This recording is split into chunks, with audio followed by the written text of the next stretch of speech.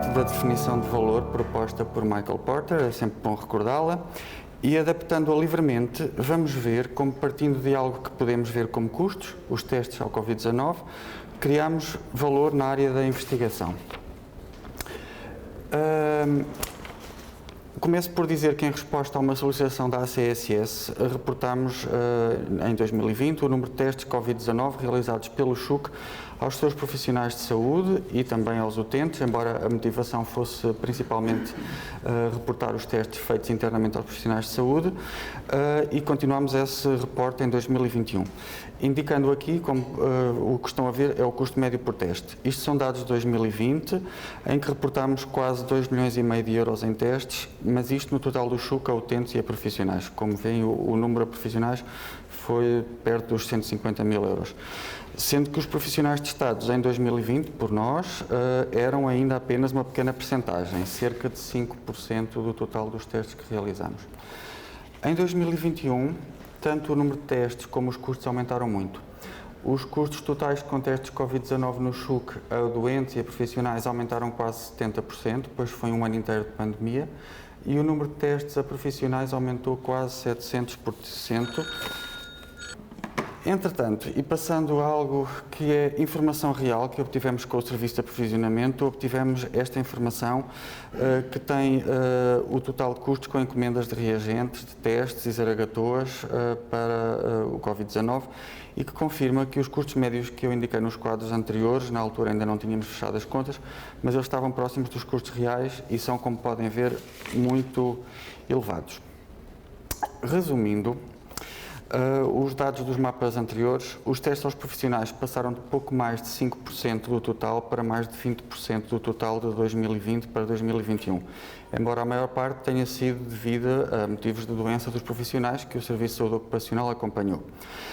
Mas há uma parte que se deveu aos estudos realizados no SHUC sobre a efetividade da vacina Covid-19 aqui administrada, e esses estudos foram realizados em várias vertentes. Eles foram liderados pelo Serviço de Saúde Ocupacional e realizados com o apoio de vários serviços,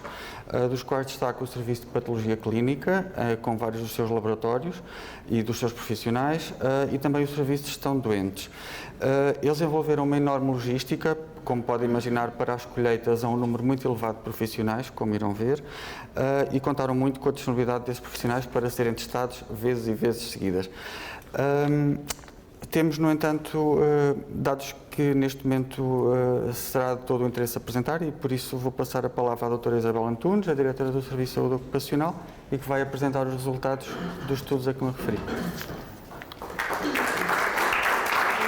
No momento em que tive este convite, fiquei obviamente muito agradada e em seguida caiu-me o peso da responsabilidade em cima, não é? E tentar perceber como é que eu vou falar num tema tão técnico para administradores hospitalares sem me tornar absolutamente, enfim, maçadora naquilo que tenho para vos dizer. Nesta perspectiva, então, eu tentei abreviar, tentei falar apenas na parte técnica, obviamente que dando sempre alguma nota dos resultados e que vos passarei, portanto, a falar. Obviamente que quando falamos aqui neste estudo que nos propusemos fazer,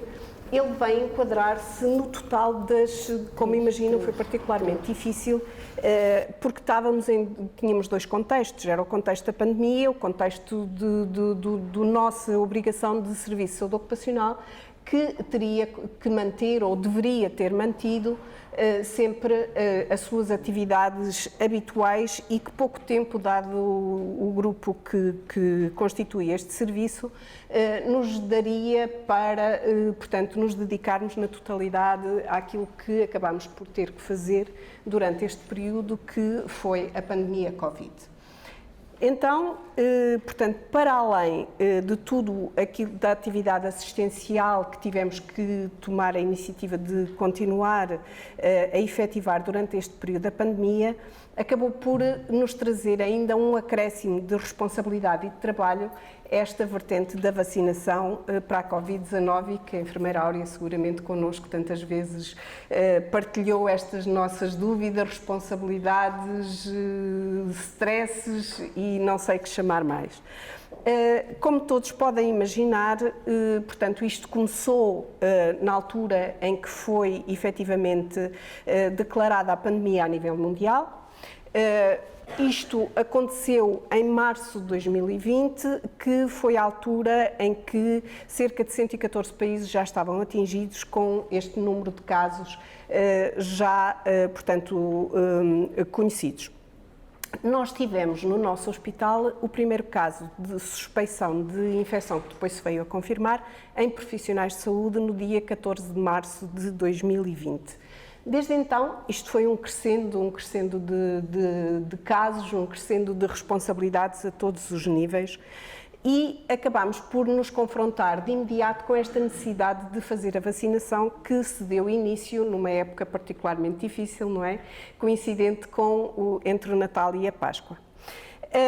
Logo de imediato nós começámos a pensar que, e olhando para tudo o que havia em termos de estudos nacionais e internacionais, ficámos com algumas dúvidas. Qual seria a duração da imunidade, o que é que nos esperaria de futuro?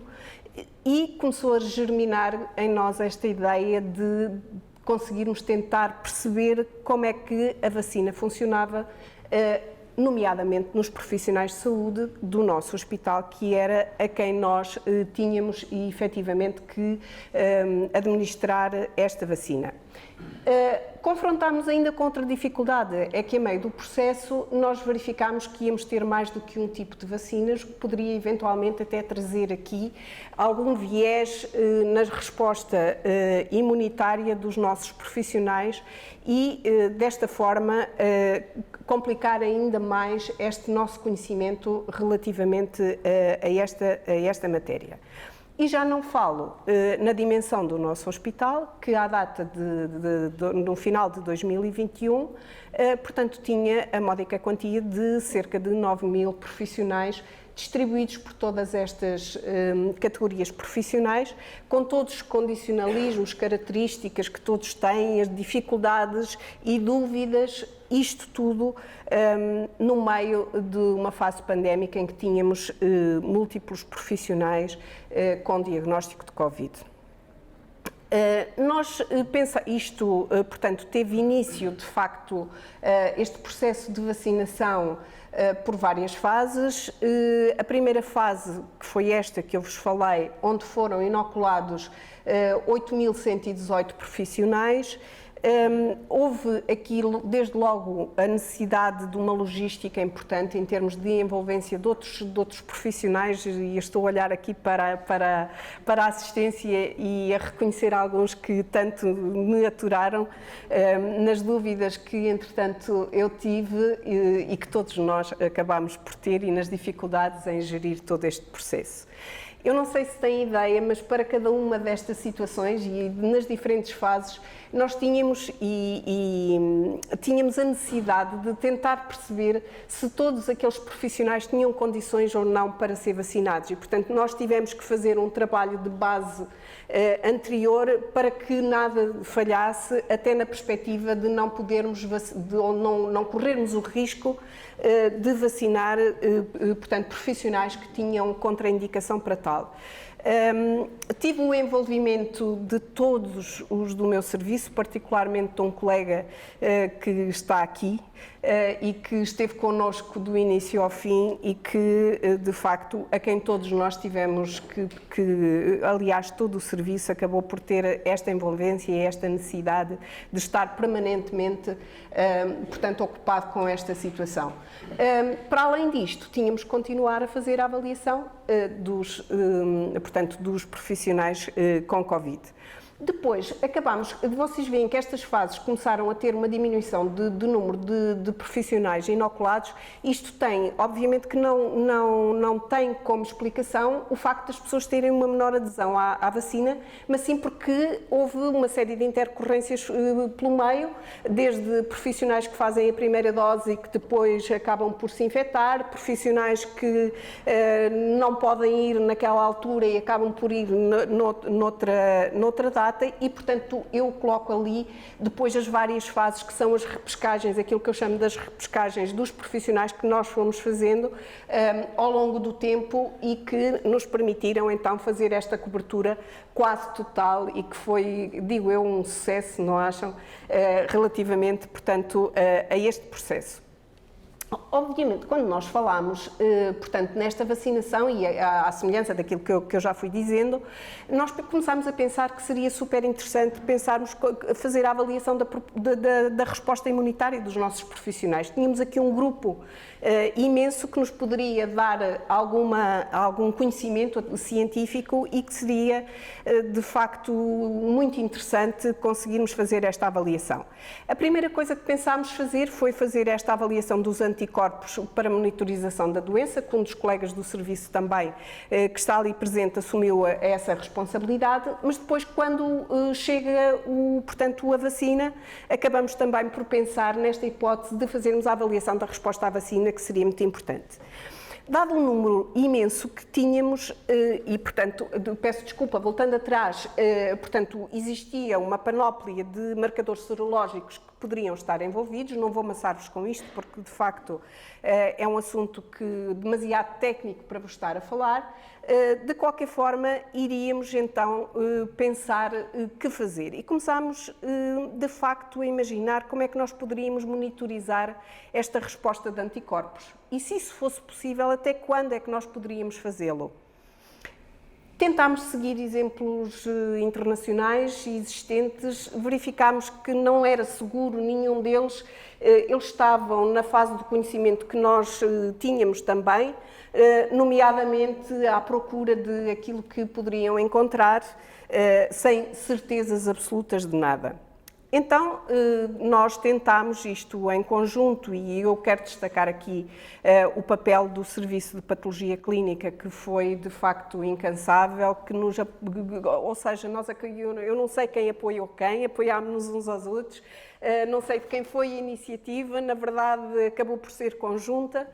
e acabámos por ganhar coragem, se me permitem, para pedir uma reunião ao Conselho de Administração, e estão aqui todos os elementos do Conselho que se devem lembrar desse dia, em que nós fomos propor este estudo que implicava, obviamente, custos para o hospital. Felizmente tivemos o apoio incondicional do Conselho e pusemos mãos à obra, como se costuma dizer. Eu falei nestes dois serviços, mas eu não posso deixar de vos dizer que o envolvimento foi de inúmeros serviços no hospital. Nós tivemos, efetivamente, o gosto de poder trabalhar com todos e o envolvimento de todos, e começámos na fase das vacinas e que continuou, portanto, nesta fase do controle serológico ao longo do tempo. Efetivamente, é difícil conseguir um trabalho desta dimensão e eu continuo a dizer que só o conseguimos fazer com o envolvimento de todos os profissionais do meu serviço e que tenho o gosto de ter aqui porque fizeram questão de vir comigo. Portanto, começámos então este estudo de resposta humoral à vacina e ele tem começou, portanto, iniciámos-lo em 2020, como já vos disse, e terminou agora, dizemos nós, porque eventualmente podemos ainda ter algo para fazer, caso a situação acabe por não ser aquela que nós gostaríamos que fosse, que era o fim da pandemia. E, portanto, nós passámos então à organização deste projeto com o doseamento, prevendo o doseamento seriado de anticorpos. Imaginámos isto numa fase inicial com 5 tempos, que seria o tempo T0, que seria, e que foi aquilo que foi feito nesta fase pré-vacinação, ou seja, até às 48 horas antes da vacina, nós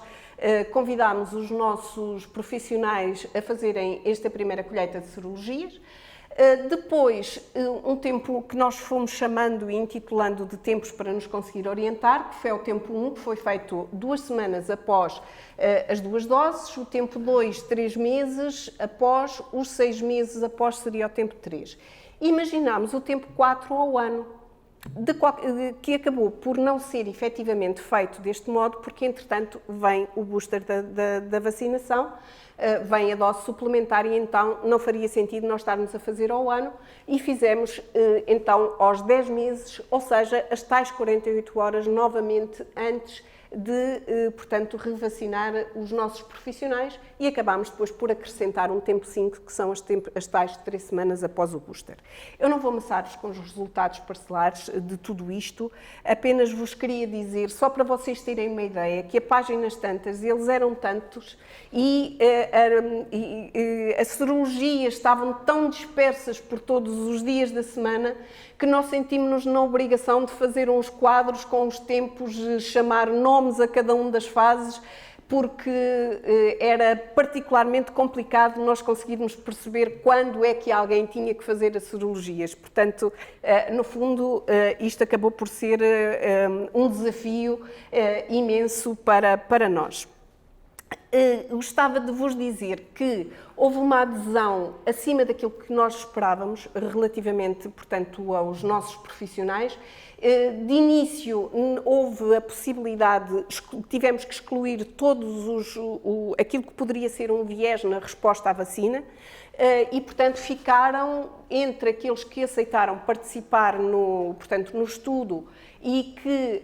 portanto, cumpriam as normas, cerca de 5.000 e qualquer coisa profissionais, agora não me lembro do número exato.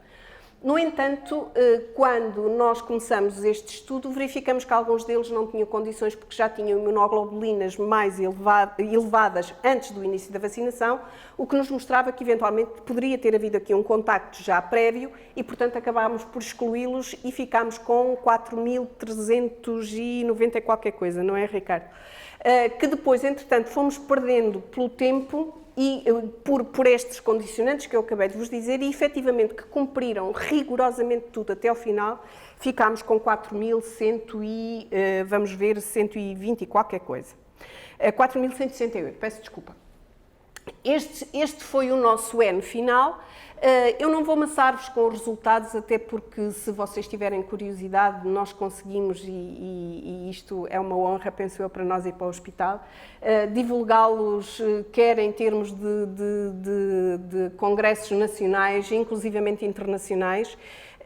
e, portanto, não vou amassar-vos com resultados que são absolutamente técnicos. Não gostaria, era de passar, sem vos deixar pelo menos 2 ou 3 notas importantes, que eu acho que são particularmente importantes, que verificámos que 97,7% dos nossos profissionais tiveram uma resposta, à vacina. Não vou detalhar pormenores, apenas dizer-vos que tivemos apenas 6 casos de não respondedores absolutos.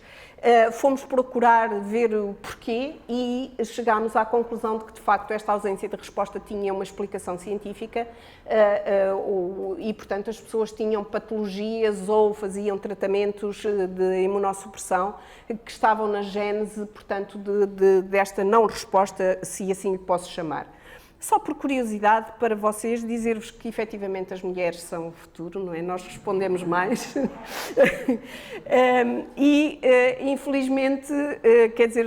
eu, pelo menos, vou para a velha e todos nós vamos, e de maneira que, à medida que os anos vão passando, aquilo que é expectável é que nós tenhamos uma resposta cada vez menor. Ou seja, foi isso que nós verificámos que, efetivamente, acontece, o que também não foi uma surpresa para nós, dado que o nosso sistema imunitário, à medida que nós envelhecemos, vai enfraquecendo, infelizmente, e, portanto, esta resposta, também seria expectável. Eu falei-vos, não vou de forma nenhuma amassar-vos com mais dados, com mais pormenores, apenas referir-vos que trago aqui, se calhar, os 3 mais importantes, que são aqueles mais significativos, que deram, portanto, onde nós publicámos conjuntamente, sempre, obviamente, estes resultados, e desculpem-me a vaidade, mas não posso deixar de vos dizer que um dos trabalhos ganhou o primeiro prémio neste Congresso Nacional de Pandemias e, portanto, eu não resisti a dizer-vos aqui, porque é o envolvimento da nossa casa que é importante nesta matéria. Eu sei que vinha falar da efetividade moral, mas eu não resisto a dar aqui 2 ou 3 pontinhos importantes, porque, sendo nós pessoas de entusiasmos, acabamos por pensar que, para além da resposta da imunidade moral, começou a falar-se na imunidade celular. Isto era muito mais complexo, dosear linfócitos, citocinas, é algo que nós não podemos fazer de uma forma tão leve, se é que me permitem dizer, como fizemos com as imunoglobulinas, porque os custos são muito maiores, porque a logística em termos de laboratório é ainda muito mais difícil. E tivemos então aqui o professor Artur Paiva, que nos lançou este repto na unidade de citometria da patologia clínica, podermos aqui também ter desculpem-me o termo, um cheirinho do que é a nossa resposta, portanto, celular no pós-vacina. Foi possível, dados os custos que são muitos, criar estes 3 grupos. Acabámos por, portanto, fazer também este trabalho que está também já para ser publicado. Dizem, eu achei piada aqui ao Dr. Jorge quando falámos nisto, e ele dizia-me, mas eu não consigo perceber essa ideia de porque é que isto é tão difícil. Eu não consegui explicar tecnicamente, mas acho que ele diz-me que percebeu quando eu lhe disse que os linfócitos e a citocina são os precursores e os reguladores dos anticorpos, não é? E, portanto, que aí nos permitiria saber qual era a nossa, mesmo quando nós já não temos uma dose efetiva, doseável de imunoglobulinas, temos por trás esta imunidade que pode também ser significativa. Desculpem eu falar nesta forma, mas é muito difícil porque é algo muito técnico. Iria, portanto, dizer-vos que, efetivamente, este estudo foi feito. Utilizou-se esta citometria de fluxo. Eu não vou, efetivamente, aborrecer-vos com esta parte técnica, apenas dizer-vos que isto, portanto, são coisas complexas, que para nós difíceis de interpretar. E, por último, dizer-vos que na sequência, suponho eu, de tudo isto que foi passando para fora, tivemos aqui um convite do Instituto Ricardo Jorge, que nós passámos a vida a pedir ao Conselho para nos receber na perspectiva de nos envolver, portanto, nestes estudos, e que foi possível, com mais uma pessoa do serviço, fui envolvendo em cada situação um de nós. Desculpa, Tiago, esqueci-me de ti aqui na citometria, e, portanto, aqui a doutora Vânia deu-nos o apoio também para enviarmos, portanto, este estudo e participarmos neste estudo do Instituto Ricardo Jorge, que envolveu mais 2 ou 3 hospitais a nível nacional. Nós não fomos únicos, mas, efetivamente, depois isto teve uma fase inicial um bocadinho complexa, mas no final acabámos por conseguir ser aqueles que maior número de profissionais, portanto, teve envolvidos e que está também já terminado. Isto era um processo, estou-me a alongar, não sei se estou, um processo, portanto, que era financiado pelo SCDC, portanto, que era algo importante e que terminámos agora no final deste mês. Portanto, só aqui para vos dizer que foram recrutados aqui 3.274 e que, de facto, estes foram os resultados preliminares que vos apresento aqui, mas que terão também oportunidade depois de ver, se tiverem curiosidade nisso. Estou a ultrapassar o tempo, portanto, eu queria apenas deixar-vos esta nota de que o início da infecção começou em 2019, nós tivemos todos estes desafios durante este período, e que, na minha perspectiva, aquilo que é importante em todos nós é este trabalho conjunto, que, caso contrário, nada disto seria possível. Desculpem, creio que me alonguei uns 5 minutos mais, não foi?